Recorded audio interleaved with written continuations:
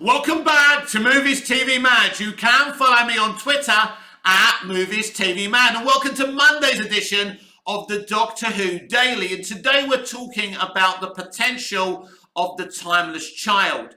Now, on my experience of huge fandoms of, huge iconic properties is they don't like evolution. They hate change. A few years ago, when Man of Steel was greenlit, I heard a rumour, and many fans heard the rumour, that Krypton wasn't going to be destroyed.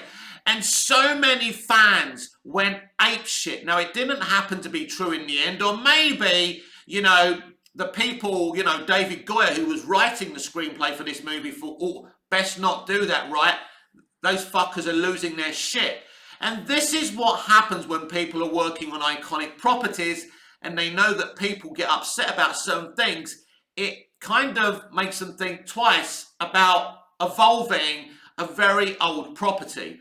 Doctor Who has been going since 1963, so it's a very old property.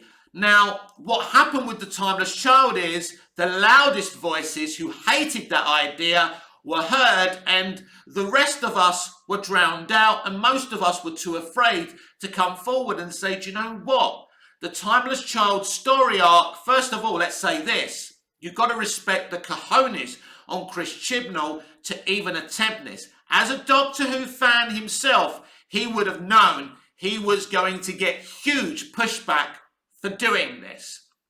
And this is the problem. In the end, he did do something quite interesting, in my humble opinion. You can hate me about that or not.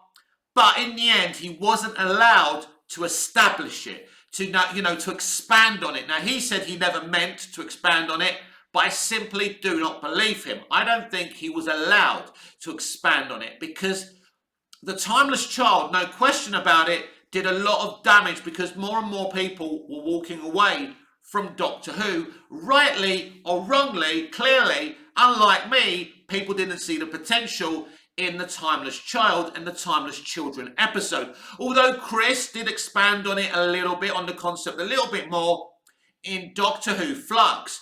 Because personally, I love the idea of the Fugitive Doctor. I think it's an excellent concept.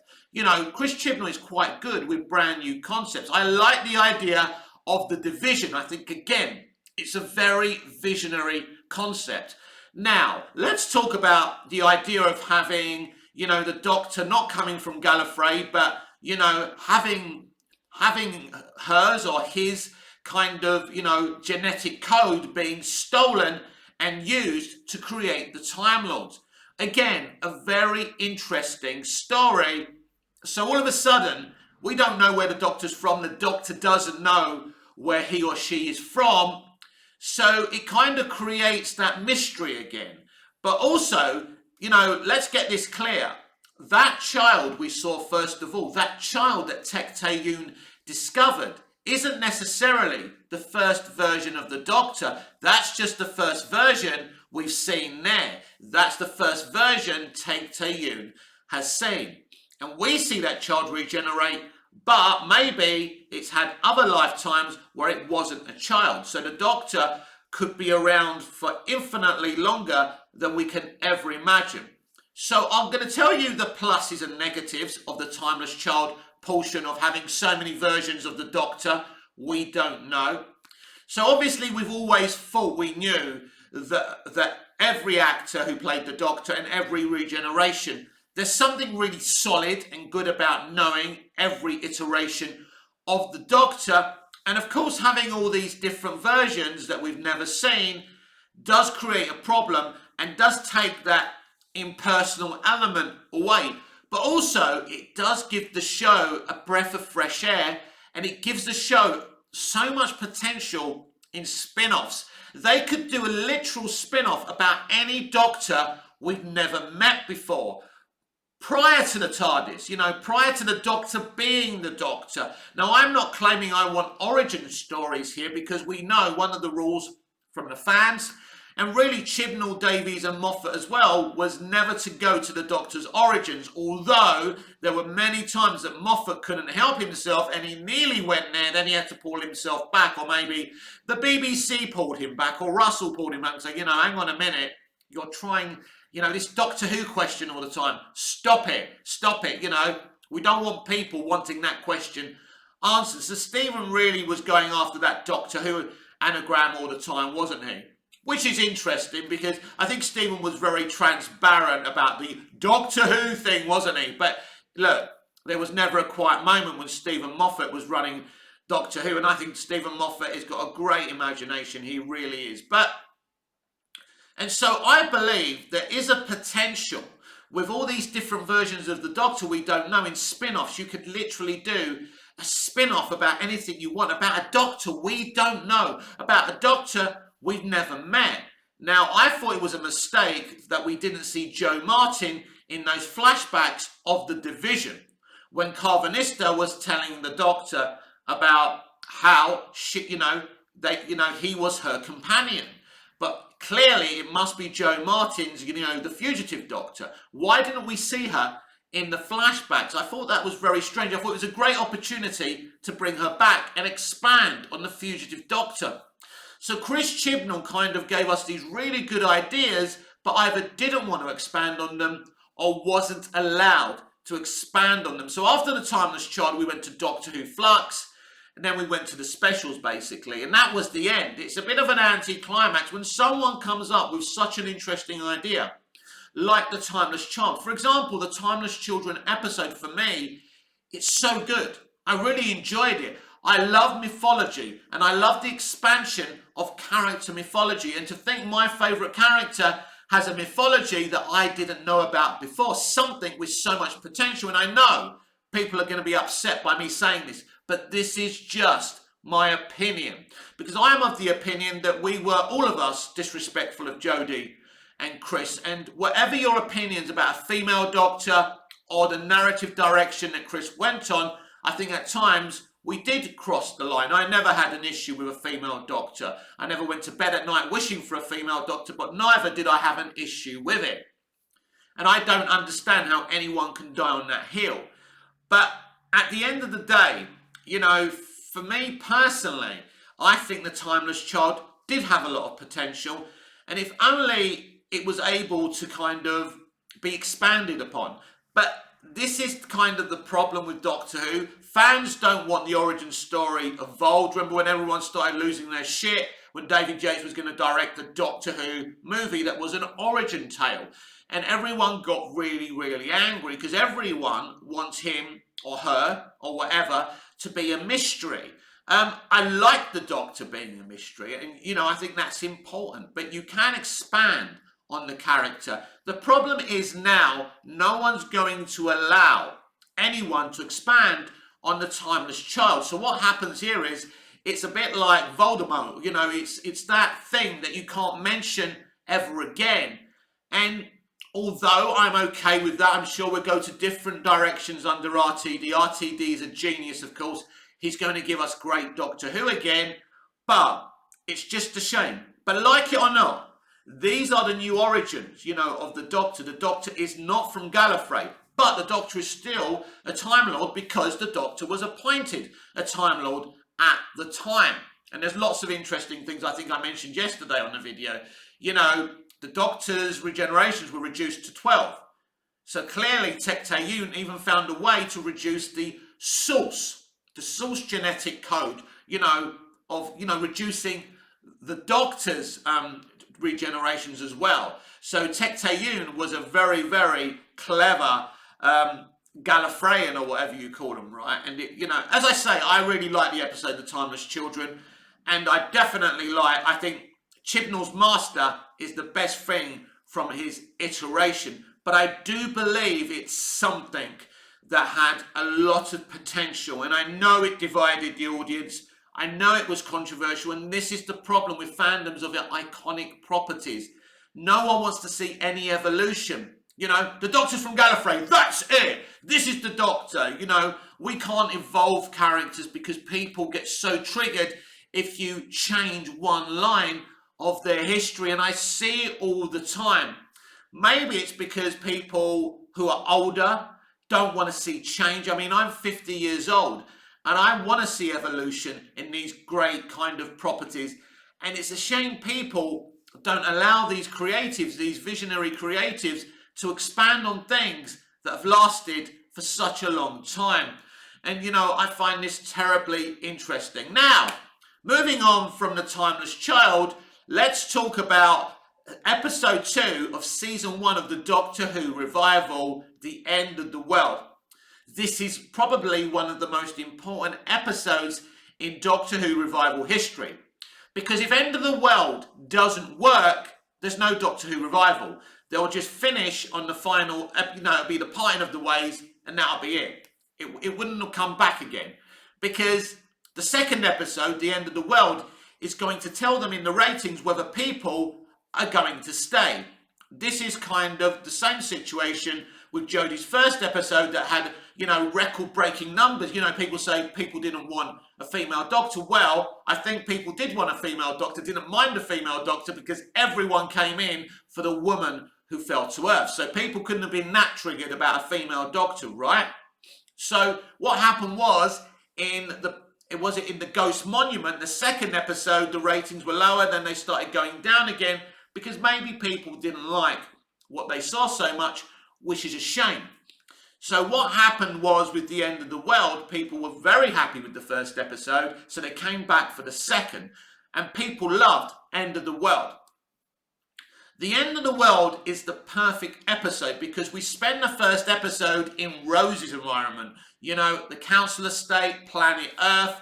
It's a small little story, but now the Doctor, on her wishes, takes her to the future, and she's about to see Earth's final stand. It's empty now, right? And, the money's gone, and they're going to let it burn. And this is just outrageous to Rose, because don't forget, Rose is just an everyday young woman. And, all she can see is that they've gone so many hundreds of millions of years into the future, or whatever it is. And, she has to deal with the reality that her mum's not on that world anymore, that her mum's actually dead. And this is why the Doctor fixes her phone so she can talk to her mum. Because what we see in this episode, which I find utterly so relatable, is that Rose is finally freaked out. She runs into the TARDIS, she leaves Mickey behind, and she actually, Russell writes this down in her dialogue. I just basically got into this TARDIS with this strange guy. I didn't know anything about him. And when she starts asking the Doctor about himself, he starts to get angry. Now, personally, this would make me suspicious, and you can tell that this is making Rose suspicious. Where are you from? Just tell me. You took me with you. You're being irresponsible here. And this is one of the issues I didn't like about Chibnall's Doctor Who, is that his Doctor was flawless, but the Doctor's always been flawed. There's no more flawed Doctor than Christopher Eccleston's Doctor, and Eccleston nailed that reality. The Doctor, the best characters are always flawed, and the problem with Jodie's Doctor is it seems like a Doctor that's underdeveloped, because it's kind of her Doctor lacks personality because she doesn't react to things in the normal way. We've seen the Doctor react to things in the past, but this Doctor is really passive aggressive. He's still feeling like guilty for what he did to end the Time War. And so he's not ready to say the words Gallifrey. In fact, the revival Doctor never says the words Gallifrey until we get to The Runaway Bride. Forgot the title for a moment. How can I forget that? It's one of my favourites. But yeah, so that's when we first hear the words Gallifrey in New Who, and in The Runaway Bride. And so he can't even bring himself to say the words Gallifrey, which is very interesting and kind of relatable again. So Rose is in this situation where she's travelled with this guy in this time machine, and she's fucking scared. And she's starting to regret it. She's seeing all these aliens. She's going, you look at them, she goes, and they're so alien. I love that. And, she's got this human reaction. All of a sudden, I think Rosie's having doubts. She's maybe thinking, this isn't for me. But she never says, I want to go home, because that's not Rosie's style. She wants to give this a try because this is what she's fantasized about all her life. She's been, begging for an escape from her mundane life, and she's not sure what she'd rather do. So she starts to get freaked out, and I think this is brilliant. This is a great reaction, and this is what made Rose so relatable, the writing. But Billie Piper was absolutely sensational. I was concerned about Billie getting this job at first because she'd been a pop star. I didn't even know if she'd ever been, if she'd ever trained to be an actor. And I just felt maybe this was kind of a stunt casting, and I was really concerned. I was very confident about Chris because I'd seen Chris in Cracker and stuff like that. He's one of the best actors in the world. There's no question about that. But this is why you should always wait when you hear about castings and not react, because I prejudged Billie, and I'm sorry, Bill, I shouldn't have prejudged you, but yeah, she was fantastic. She really was. And that's why she became such a popular modern-day companion. So her reaction of having doubts about the Doctor, doubts about where she is, and being freaked out by the situation is, it's so relatable. But what I love about this episode is you see these different aliens, and, most of them are not CG. I know Cassandra is CG, and by the way, a lot of people say the Mills CGI was bad back in the day. No, the Millwright were working on a very low budget, but I love the CGI that the Mill did back in the first few seasons of the Doctor Who revival. That I was watching last night. I was watching the end of the world of World War III when the Slave ship goes through the river and crashes into Big Ben. I was looking closely. I was pausing. I can't see any issue with that CGI. It's so good for TV. It's beyond old-fashioned TV special effects. It's so good. These people really worked hard at their craft. And the Mills VFX is sensational. And I'm so proud of the Mill. And I just want to thank them for all the hard work they did back in the day. I don't know who does the VFX for Doctor Who now. I don't know if it's still the Mill or if it's another company. But I won't hear any disrespect being brought upon the Mill for their special effects. So you get all these different aliens. I think Cassandra, a.k.a. Miss Wanamaker, does a great job with that character. And I love it. So I love all these different aliens, and you're getting an expansion in episode 2 of this Doctor Who universe, and it's so great. And of course, the Doctor meets like this woman who's a tree, and that they become friends, and she has a very tragic ending, being a hero. And I love that moment when she scans him and she says to him, "I couldn't believe it when I found out who you were. You shouldn't exist." And it's interesting. So when she scans him at first, the scan gets confused and can't track him to Gallifrey. So if you put your mind to the Timeless Child thing, obviously that wasn't thought of at this point. Maybe the scan is getting confused because we know now the Doctor isn't actually from Gallifrey. But anyway, she holds his hand, his arm, and she goes, "I'm really sorry." And Eccleston starts crying, and I always cry at this moment. It's so amazing, right? The whole idea of the Time War and all of that, it was so iconic. It's mythology. Russell T Davies, for a guy, this little Welsh writer who was writing Queer as Folk and different things like that, who had worked on children's television, it's amazing to me still that this guy really understood how to execute sci-fi. And he made it so grounded, but he wasn't stingy on the gee whiz sci-fi element. He understood what Doctor Who in the 21st century should be. And so I love The End of the World. I love season 1. In fact, I was watching one of the episodes yesterday thinking, I think it was Dalek, and we'll talk about that another day, but I was watching Dalek and I was thinking, damn, this is good shit. Because I've taken it upon myself to re-watch the whole of the revival, because as I keep on saying, I'm in such a Doctor Who vibe right now. I mean, I've always loved Doctor Who, but right now, since The Power of the Doctor, that I genuinely believe was a great kind of ending to Jodie's and Chris's tenure.